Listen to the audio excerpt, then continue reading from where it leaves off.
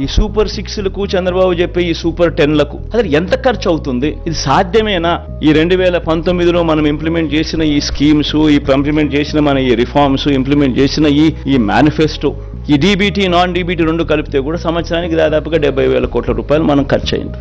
ఆయన చెప్తా ఉన్న ఈ సూపర్ 6లు సూపర్ 10లే 1,21,619 కోట్లు అవుతా ఉంది. కొన్ని పథకాలు ఏదైతే జగన్ చేస్తా ఉన్నాడో అది ఆపడం ఎవరి చేత కాదు. అటువంటి కొన్ని పథకాలు ఉన్నాయి. ఫీజు రీయింబర్స్మెంట్, ఈరోజు పూర్తి ఫీజు రీయింబర్స్మెంట్ జగనన్న విద్యాదేవని ఇస్తా ఉన్నాడు, వసతిదేవని ఇస్తా ఉన్నాడు. దాన్ని ఆపడం ఎవరి చేత కాదు.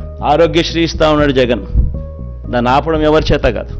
సంపూర్ణ పోషణం ఇస్తా ఉన్నాడు. లాక్టేటింగ్ మదర్సు, ప్రెగ్నెంట్ మదర్సు, 6 ఏళ్ల దాకా ఉన్న పిల్లలకు సంబంధించిన సంపూర్ణ పోషణ. ఫ్రీ రైస్ ఇస్తా ఉన్నాడు జగన్, మనం క్వాలిటీ పెంచి ఇస్తా ఉన్న బియ్యం. దానికి ఖర్చు 18,50,000 మంది రైతన్నలకు ఫ్రీ ఎలక్ట్రిసిటీ ఇస్తా ఉన్నాం. రైతన్నలకు, చిన్నపిల్లలకు పెట్టే గోరుముద్ద జగన్ చేస్తా ఉన్నాడు, చేయక తప్పదు దేవుడికి. ఇటువంటి ఈ పథకాలకు మరో 29,100 కోట్లు ఏ ప్రభుత్వమైనా చేయక తప్పని ఖర్చు. రెండు కలిపితే 1,50,718 కోట్లు. జగన్ ఎంతో కష్టపడితే ఎప్పుడు జరగని విధంగా పాలన చూపిస్తే 70,000 కోట్ల రూపాయలు చాలా కష్టపడితే చేయగలుగుతా ఉన్నాడు. మరి 1,50,000 కోట్ల రూపాయలతో ఆయన సూపర్ 6 అంటాడు, సూపర్ 10 అంటాడు. ఇది సాధ్యమయ్యేదేనా?